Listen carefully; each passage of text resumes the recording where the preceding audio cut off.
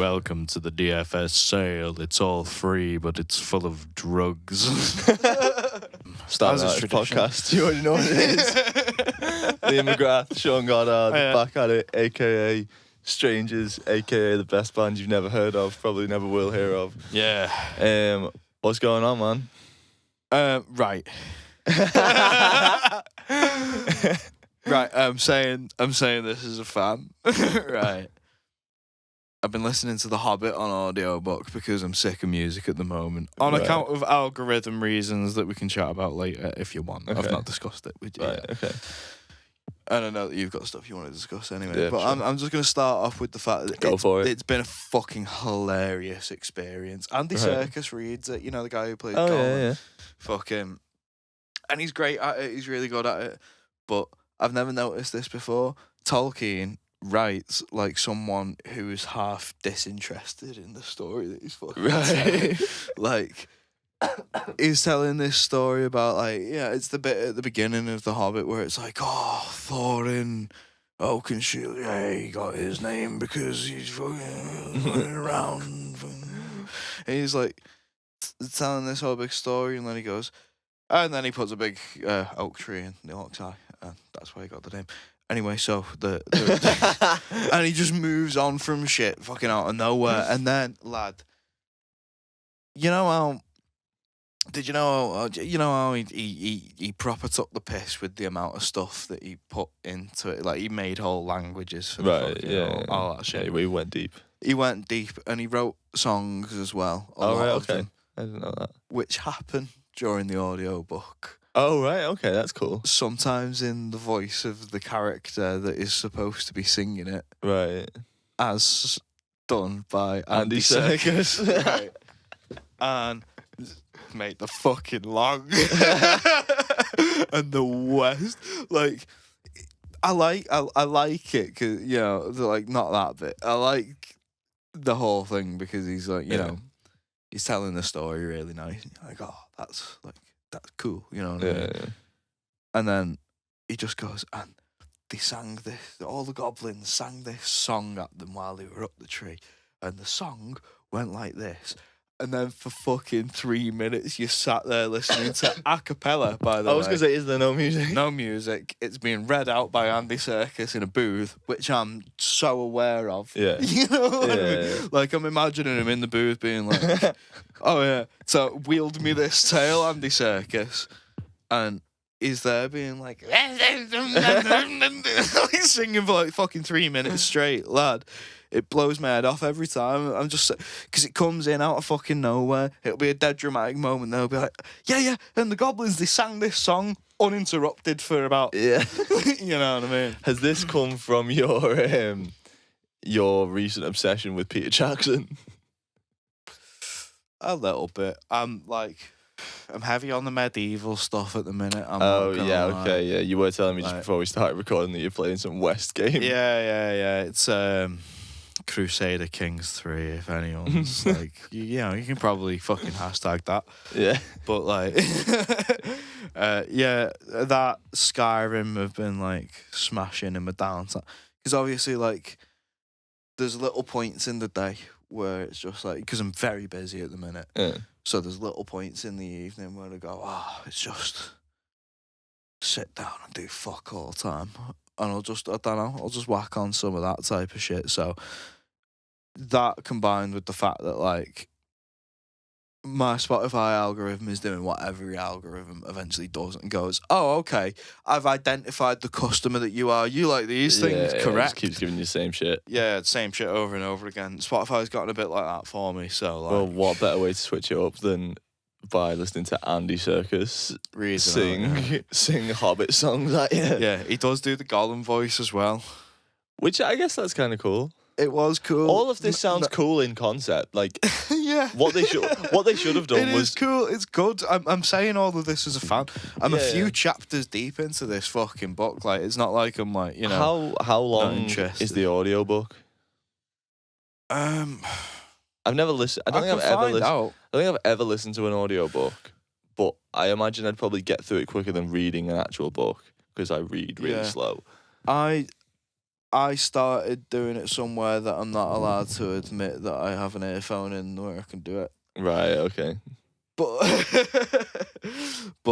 The Hobbit is 6 hours and 19 minutes left. Right. I'm a few hours deep.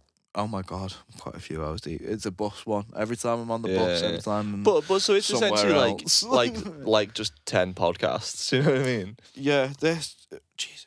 It's 19 chapters long. Some of them are like 20 minutes. Some of them are like half an hour. Some of them are like an hour. Right. The first chapter's like an hour. I think I could probably do that. Is that just on Spotify? Yeah, man. That's cool. I didn't know they had audiobooks on Spotify. I thought you were on like an Audible thing. I'm about to do all the shit. Cool. I'm about to. I think we mentioned this a couple of episodes ago, but I have never delved into Lord of the Rings in book form nor film form. But I think it's probably about time that I watch the films at least. Lad, get on it. Get on it. I know. Get on it. Watch The Hobbit and then watch all of them ones and then watch just get on it. Don't bother with that TV show. It was a load of shit. I don't know why. It was just boring. Because I've seen every other major franchise, or at least a good portion of it. Lord of the Rings is one of the classiest ones. And you know these YouTube holes that we chat outside of the podcast, chat about the fact that we watch them, where it's like, oh, Star Wars is class, but like deep lore, like yeah. Do you know what happened? You know what I mean? So like, you ever heard the story of Darth Plagueis the Wise? Like all that stuff for this. Belter. He was in the Phantom Menace. He was just, you never saw him, you know what I mean? Anyway, carry on. Yeah, he was just there. Until he wasn't there. Yeah. But, gatekeep, fuck you. Go and watch them YouTube videos where it shows you comic book strips like a real. Go and watch a review of the content. Yeah. But yeah, all that shit for fucking Lord of the Rings is boss. You're on an arts podcast. The guy's an artist. Fuck you. We'll talk about books. Yeah, well, diversify, man. Yeah. Been reading this, well, not reading, listening to this one about Aleister Crowley as well. Who's that? Oh, lad. I recognise the name. He was out here trying to like make a science out of like the magical beliefs that are in religions, like removing the aspect of religion where it's like, and here's this god, and here's all this like doctrine and politics attached to stuff. Yeah. He's just trying to go, right, these rituals that have been passed down for however long, like, what's the crack? But he was out here doing mad shit as well, and the audio book is by this guy who was like a fan of him, so he's out here constantly justifying like, no, he didn't mean human sacrifice. He didn't mean that. It's just he wasn't allowed to say what he really meant because it was illegal to be gay. Shit like that. It's like, oh, whoa. That's not as good. I prefer the Tolkien one. Yeah. Sometimes you get bored of these goblin songs. There's so much stuff. You know what I mean? In it. Like there's so much great stuff that I have never come into contact with, especially books, man. People talk about books. Like you've mentioned a ton of books where you describe what it is, and I go, well, that sounds like something I'd be into. It'll take me 30 years to get around to reading that. Yeah, lad. Audiobooks are the one for that. Maybe I need to get on it. Because you like your podcasts. Yeah. So, rip an audiobook, it's just, some guy sits there and goes, here's a fucking story for you. What we should do is... The Star Wars ones, there's Batman ones. Oh, right, okay. Yeah. We should manuscript this podcast, like every episode. So what's this? I think this is like episode 9 or something. And have it read out on audiobook by a third party who's going, and then Liam said... And we should publish... Yeah. That's an amazing way to do a podcast. Have someone else read out the podcast. Yeah, we do a podcast and hand it off to someone. No one sees the original podcast. We just get someone to describe what happened in the podcast. That's amazing. We should do that. And then at the end of it, we get somebody to make like a lore video of like the whole season's worth of podcast. What went down in season 1 of the Starving Artist podcast. Expand out international reviews of the subject. And we could like publish books, like written versions of the manuscript of what's happened in the podcast. And then Sean dropped his bine again. Yeah. We should. Yeah. Right. So as we sort of mentioned in the last episode, stuff we've been working on, dope. great. Feeling great about it. Love it. Just not had enough time to work on it, you know what I mean? No, but that's busy. fine. Still feeling great about it. Too busy Still continuing listening work to on it. Tolkien and taking buses everywhere. Yeah. A lot of my time's wasted on the bus. Every single place I travel to takes over an hour to get to. That is heavy. But also, I guess then it's back as well, well. yeah. It's like, but it's found time because you're listening to audiobooks. You know exactly. what I mean? You're utilising Sometimes that time. them books are helpful, informational books. Sometimes it's Andy Serkis going. Sometimes it's Come Town. Yeah, sometimes it's Come Town. that was. I think you've spent. I wonder how much time you've spent accumulatively in your life on buses. The mind boggles. Like, you've probably learned a lot of what you know about, like, your perspective on art and culture on the bus. No, that's we started true. this band like on that. a bus, really. You know I what like that. I like that. I was That is listening to on the bus. I was listening to fucking Mastery by Robert Greene. Right. Really good book. Recommend Yeah, highly. you've mentioned. He was chatting about Einstein on that and about how he used a lot of his time in the fucking in the post office just with like little napkins and little bits of, because he was shit in school because he wasn't asked about any of it. You know what I mean? He was figuring out new shit. Mm-hmm. So yeah, it's like using the time that you have available when doing nothing things, I think, is a good point for a podcast that we can discuss if you want, or we can discuss this other shit that you've got brewing, because, you know... I mean, I discuss whatever, man. We can fucking do. Yeah. It's our podcast. We can do whatever we We want. can do whatever we want. But I think there's like... Maybe that's one for another day. There's definitely something to be said by, like... Almost because you're sort of, like, doing something else, because you're in transit... I think that's a cool way to ingest information. You know what I mean? Be it music or books or audio books or podcasts or whatever the fuck. Yeah. But yeah, so we haven't really been working on, like, after the last pod we worked on some shit. Basically the format for the past couple of weeks has been not do a session, then do a pod and a bit of music afterwards, then not do a session, then do a pod and a bit of music afterwards. Yeah.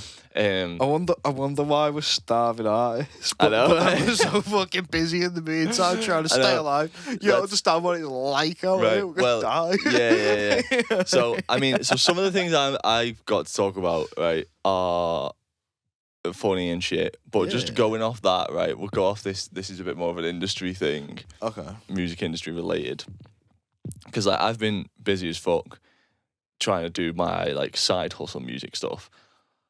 Abby's mum emailed me a while ago and was like, yeah, she emails me things. I received a letter.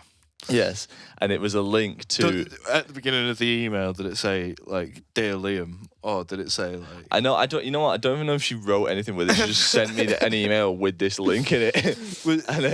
To whom it may concern. Yeah. I hope this email finds you well. She sent me this link with it. She sent me this email with a link in it, and it was a link to a thing that the Liverpool Philharmonic were putting on. That was a, I think it was called the Liverpool Philharmonic Music Industry Careers Festival, right? Ah. And I at first thought, fucking hell, like, but then I thought, oh well, you know, a bit of crack, I suppose. Yeah. Like it was only like a tenner in. I was like, well, I'll see what's going on. See if I can shill some of our shit to people or whatever. So I'd mentioned, I thought Sean works weekends. Sean's a fucking write-off. But I'd mentioned it to this guy, Adam, that I've gigged with a couple of times in different things. And he was like, yeah, I'll come along, because he's sort of in a similar position to us where he's like, he makes original music, but he's like had to diversify into like doing covers and stuff like I am. So first thing I did 3 things at this, because actually the day before when I looked at the schedule, I was like, oh, this looks half shite, you know what I mean? Like, not actually something I want to go to. And also I was dead busy at the time, so I was like, I'm actually putting myself out by going to this. I could be doing other stuff. Been in that exact situation, though. Remember Amazon? Oh, no, wait. What? I mean, my trip to the Amazon fulfillment factory was very pleasant and fulfilling. I had a great day. Remember that? With the uni. No. I actually don't even know what you're referencing. We'll talk about it later. Anyway. They took me to Doncaster. They dragged me to Doncaster. I mean, I had a fulfilling day in Doncaster. I vaguely remember. Anyway, so I went to this thing. There was 3 things I was doing. 1 was a workshop, and 2 were like panel talks where you just fucking sit and listen to people in the industry talk. So the first workshop, right, was it was, the title was something along the lines of like being the most authentic you, and it was sort of about how to like utilize what you are and market that within the industry, right? Which sounds like, you know, mildly interesting, right? So the woman who was running this little workshop, so they took us all into like I guess like a little, just a uni fucking like a meeting room, right? You know, like big long table. We were all sat around this table. She's at the end with like a TV. There's screen little trap doors underneath. Yeah.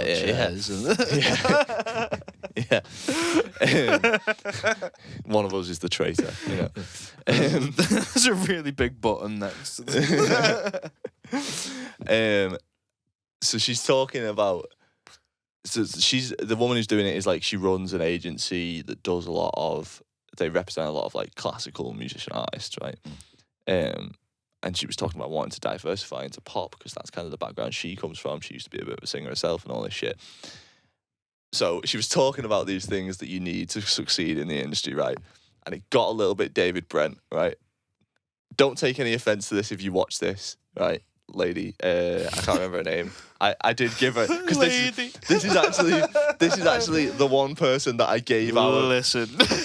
No, she was a super nice woman. I chatted to her afterwards. It was the only person I gave our shit to, because I was like, you know, you said you're trying to diversify into more pop artists. We're a bit more that way.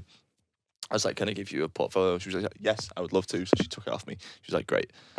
Whether she'll ever listen to that, I don't know. Whether she just put it on the side somewhere in the Philharmonic and it's still there and will remain there. And in 5 years' time, someone will go, what's this fucking envelope for? But anyway, it got a little bit David Brent, right? Because she had like pieces of A4 paper. She was like, things you need to succeed in the industry. And she fucking held it up. She was like, creativity.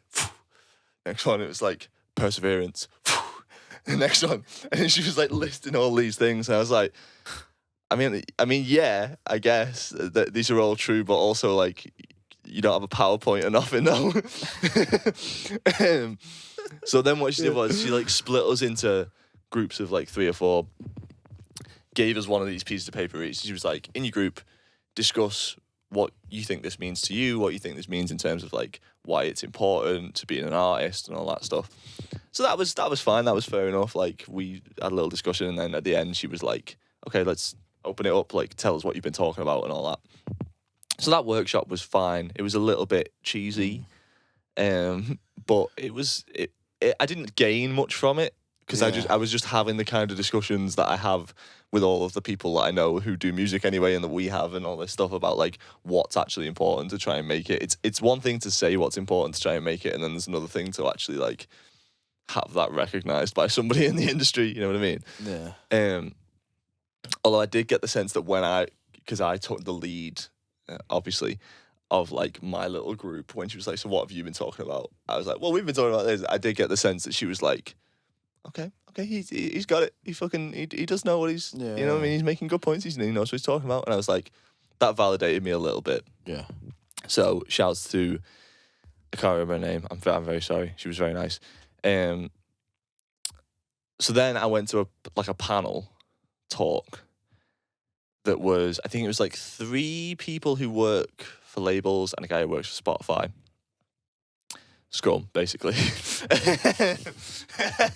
Which, like, I did say, yeah, like me and Adam sat there and listened to this thing, and as we walked out, I did just sort of mutter under my breath, fucking Scrum, a lot of them, aren't they? And he just pissed himself. Because, like, I feel like this whole thing was kind of geared towards, like, what careers outside of being an actual artist can you do in music? You know what I mean? They were talking about how they got into working for a label and all this. And one of the things that made me realise is that people who work in the music industry don't actually know fucking anything about music, right? And also, if you really loved music, you'd be making it, you wouldn't be selling it, right? So you can you can like proclaim this love of music. And that. Yeah, it is, mate. Here's my fucking A4 piece of paper with one word printed out on it. There's a whole point. It's like, yeah. What are we doing? A bullet point? Fucking, you could have emailed me this bullet point. Yeah, And what do you need to have a career in music? Creativity. You don't say. You know what I mean? I bet. And what perseverance? I know. And it was just a bit like they were talking. And I was like, you don't understand what it's like to be me in the slightest, right? You don't understand what it's like to be an artist. Yeah. You don't understand what... Because even one of the guys was from Liverpool, right? The guy who worked for Spotify. But you could tell he'd just been, like, Londonified to fuck. Yeah. They were all, like... You know, there was a Q&A at the end and someone asked, like... Well, obviously, you know, like, the industry in this country is very... You know... The genre-wise, it's very regional, but the actual industry seems to be based in London. Like, do you think you have to be in London? And they were all sort of saying, oh, you know, you don't have to be in London. But then, like, 2 sentences later would say, it really did start to kick off for me when I moved to London. You know what I mean? Yeah. And it's like, we're fucking doomed, bro. You know what I mean? Yeah, because, yo, fuck London. Yeah, exactly. You know like I'm pretty sure one of these fucking people who worked for the labels was like went to like some sort of Brit school type thing or like drama school and was in the same class as Ray and stuff like that. And it's like, you guys just don't get. It's amazing that they ever make successful artists because they don't understand where it's coming from at all. You know what I mean? And they think that, you know, they were talking about like networking and doing this and doing that, and it's like, okay, yeah, these things are important, but you assume that we can just like put ourselves in these rooms. You know what I mean? Like, we don't. Where we're from, nobody like them exists. If you're in London and you might know someone who knows someone who knows someone, you could maybe get into a fucking event where people like those guys that were on that panel are doing stuff. But up here, there's nothing. You know what I mean? There's no one. I don't know anybody. Even in Liverpool as a city, like, the music industry struggles to extend outside of Liverpool. You can do well in Liverpool, but it's difficult to then break out into, like, the actual music industry. Yeah, when's the last time you saw a Scouser proper? Yeah, I know, right? Yeah. Crawlers were, like, the closest. You know what I mean? And they're not even actually Scouts, they just were based in Liverpool. And they're bigger than us, but, like... They're not, like... In terms of, like... out here, like the last one proper was probably like what, Miles Kane? Anyone since him? Yeah, and even that, like, big. Yeah, even he's not like. Even he's not like big. Yeah, big. Like the last, and also like. But then are we? Because of the Beatles, are we being like, oh well, the benchmark is fucking set? Like, nah, I don't know, man. I don't know what it is. I just think there's a disconnect. Like, Sam Fender's talked about this a lot recently, where like. He's saying that nobody in the industry is working class. And that's not to knock people in the industry that aren't working class. Like, people shit on the 1975 because Matty Healy had, like, actor parents, but, like, that helps in a monetary sense, I guess. But it didn't...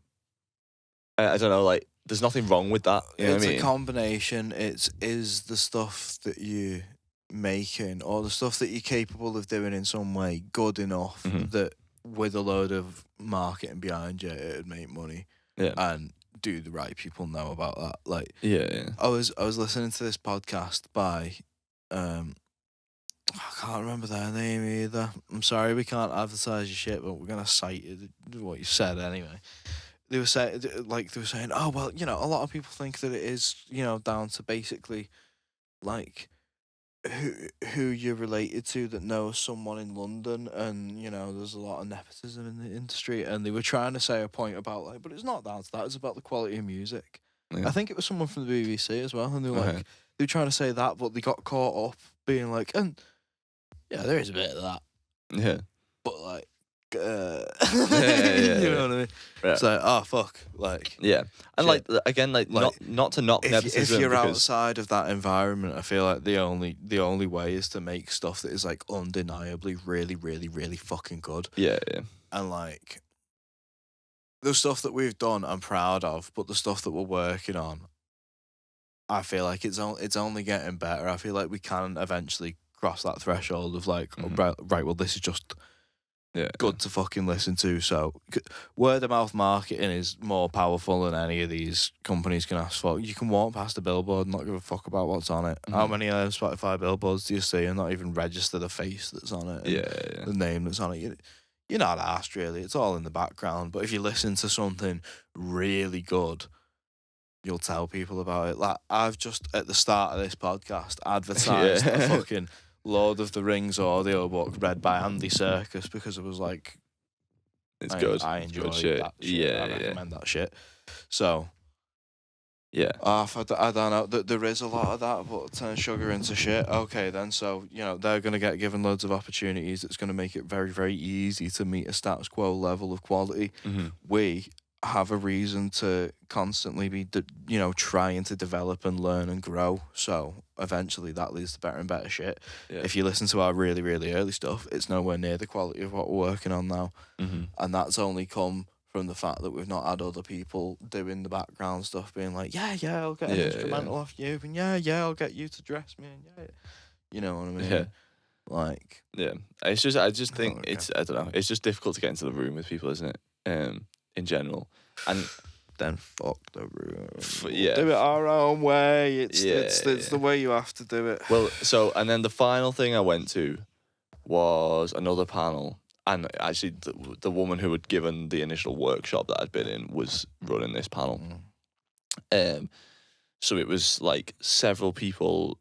So the theme of this one was building a portfolio career, which basically means building a career doing more than one thing in the industry. And the woman who introduced the panel before it started said, the amazing thing about the way our industry is now is that you don't just have to be one thing, you can be all of these things. And I thought, that'd be nice if it was a choice, you know what I mean? Correction, the terrible thing about the industry at the moment is that you have to be all these things. That's what I mean. Simultaneously. Like, it's great that you can be more than one thing if you want to be. It's not great that you have to take on 4 jobs because one job doesn't pay you well enough, you know what I mean? Like, people out on this panel were like, oh, well, I'm a singer and I work for a label and I'm a presenter and a DJ, you know what I mean? It's like, it was just a bit like, oh, okay, I understand how it is then. And that was a bit depressing in and of itself. Here's the million hats that I wear and it's gotten me to a panel. Yeah. It's like, oh, fuck. Well, shit, are you serious? There was an interesting question that was raised in that Q&A. Because you woman who'd given the initial, I feel like I'm going to have to fucking find out what this lady's name is now. The woman who'd given the initial workshop and who was running this panel runs an agency that works with classical artists. So someone in the Q&A had his phone out like this, and he said, I'm just looking at, he was like, I'm currently looking at your website, right? And she was like, okay. And he was like, it says here that your top 3 artists are so-and-so, so-and-so, and so-and-so, whoever in the classical world. And he was like, and on their social media, they've each got 3-figure followings, but you're a big company with 50 employees, according to your website. How do you make money? Right. And I don't know if that was a genuine question that he was asking to make the point, or whether he's really fucking stupid.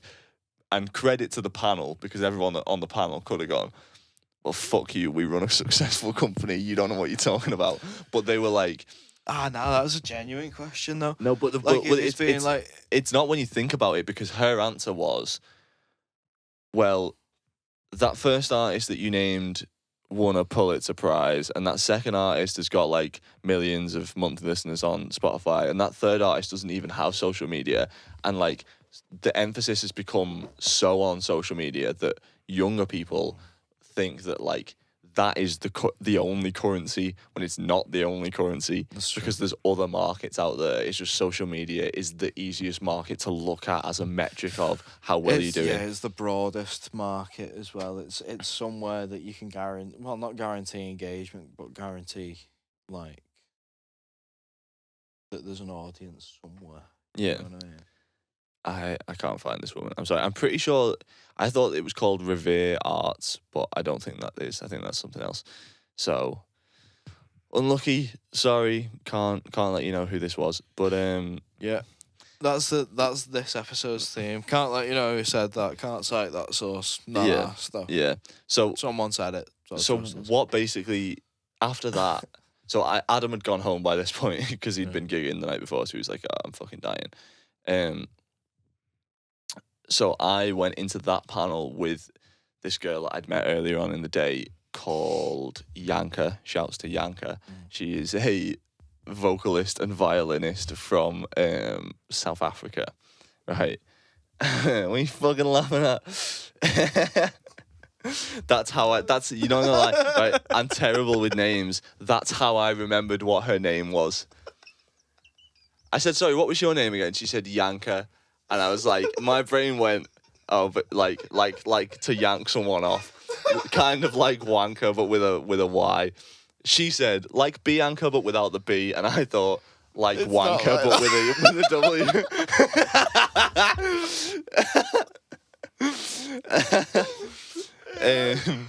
Yeah. Sorry, yeah. Sorry, Yanka. You're sorry. Like, if you do see this, which I hope you don't, and you probably won't. You're a lovely person. It was dead nice meeting you. You were sound. So I'd sat next to her. Oh fuck! I'd sat next to her in this second panel. What? What? I bet. Oh shit! That's going.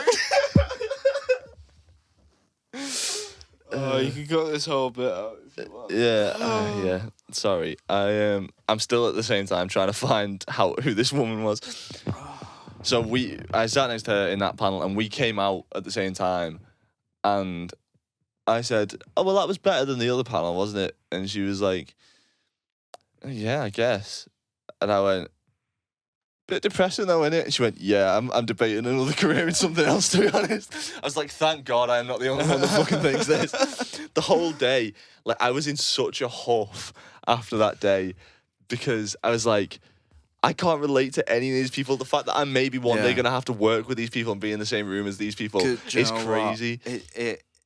It's for me. The music is either it's either in here, it's to a degree that we want it to be, or it's just not. Because all of this, do you know what it is that made it sad? It's the clinging on aspect of it. The turning around and be like, okay, so yeah, listen, the crack is none of us managed to do it. Well, they all do. We've managed to get ourselves in the room pretty near. Yeah, we work in a position where we don't make music, but we just sell your music because we're not good enough to make our own music. Get on this. The office I work in is named after the company that people use their app to listen to music, and I work for that company. Yeah. So, it's like fuck that. Then. I also just think like I just want to do this, but on a bigger scale. You know what I mean? Yeah. And I don't want to have to fucking. It's all the bullshit jargon as well, man. Like, who gives a shit? Gives a fuck? Like, talk like a normal person. You know what I mean? I said this to Adam. I did a gig in London last night with Adam, who went to the thing, and he drove us down. And I said to him, I was like, "Is it only me who just like gets a bit weary in London? Because I feel like I'm in a different country." You know what I mean? They're speaking and I felt like this at the place. I was like at the conference. I was like, they're speaking the same language as me. Theoretically, they're talking about something that I know a lot about, but I cannot relate to them in the slightest.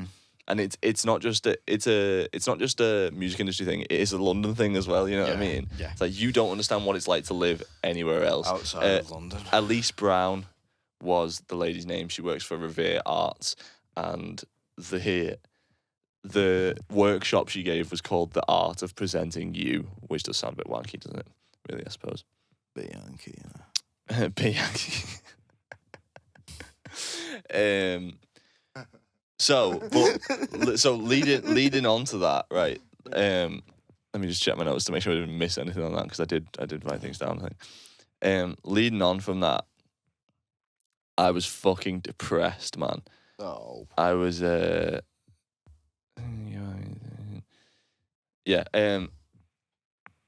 I had a gig. What are you gonna do? Kill yourself, pussy? I had a gig that night in Liverpool, right? Which, you know, I've been doing these acoustic gigs. I've been doing these covers gigs.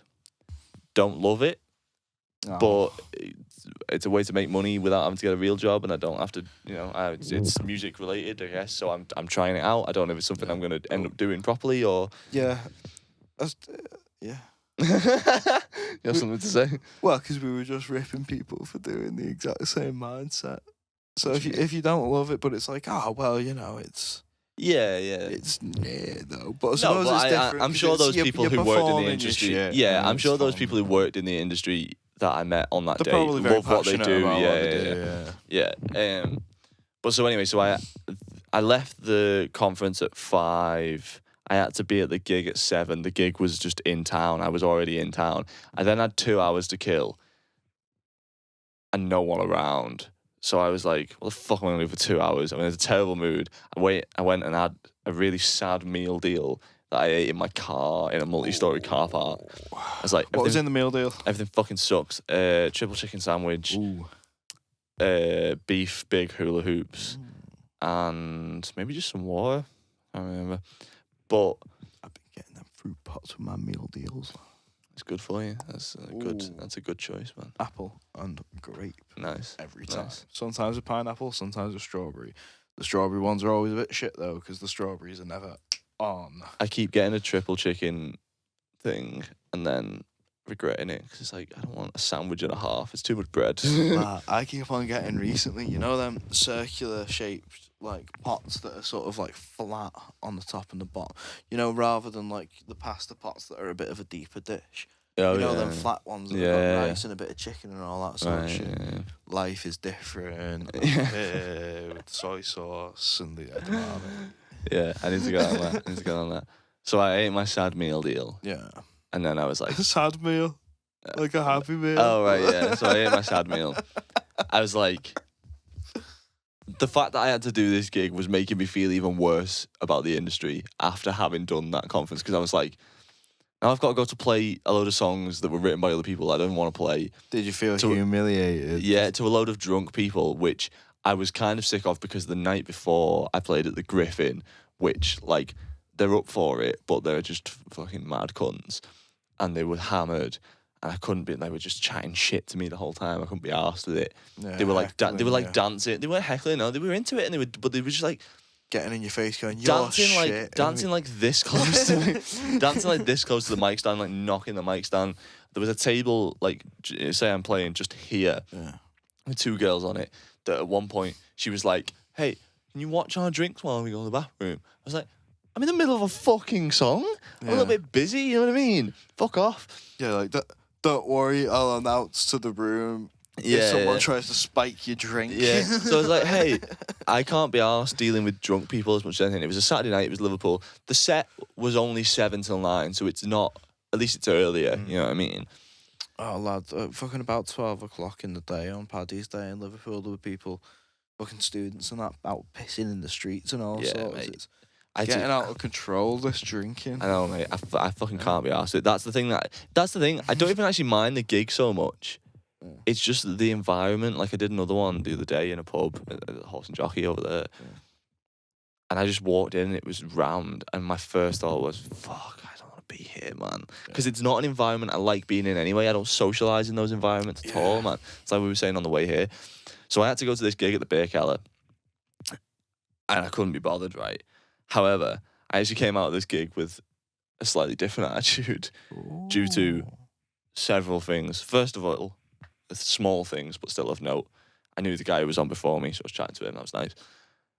The guy used to be my best mate when we were in, like, primary school and a bit of high school. Just happened to be in there. Arrival, I see.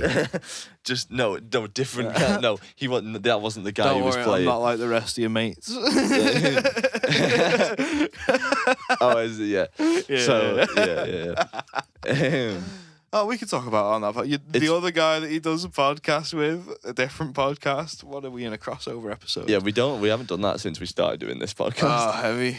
It's funny, but him. Just a side note, Jack used to have like comical beef with Josh because like Josh was my boy, you know what I mean? And Jack was like, "Oh, I was your boy," you know what I mean? Yeah, that's what I was getting at. Yeah. I get now. So yeah, I bumped into that guy. That was sweet.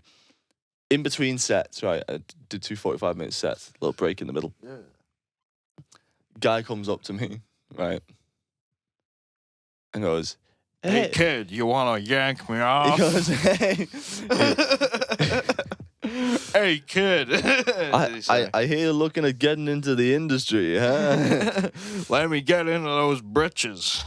So a guy comes up to me in between sets and he goes, "Hey Liam, you were amazing. Your set was great. Hey, you know me?"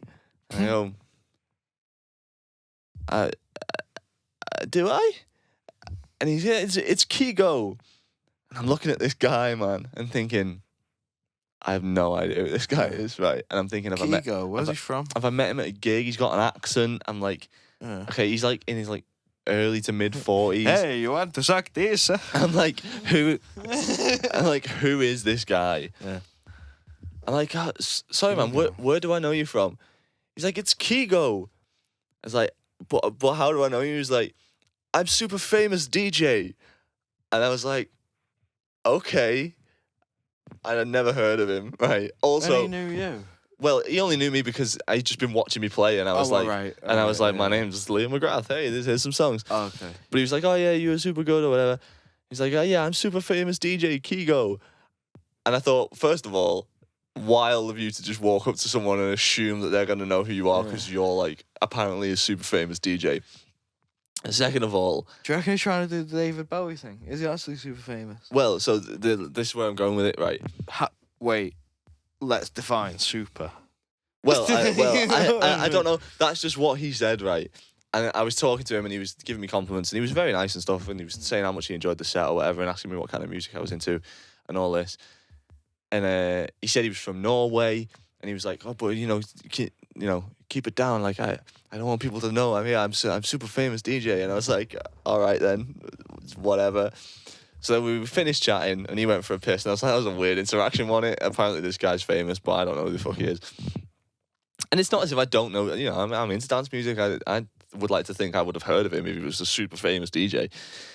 So I was like, I'm gonna like Google this guy. I was like, how do you even spell Kigo? So I go like Kigo, maybe Kygo. No, Kygo. I was like, that sounds familiar. I was like, fucking Kygo. I was like, what? I was like, nah, that's not Kygo. Super famous tropical house DJ Kygo.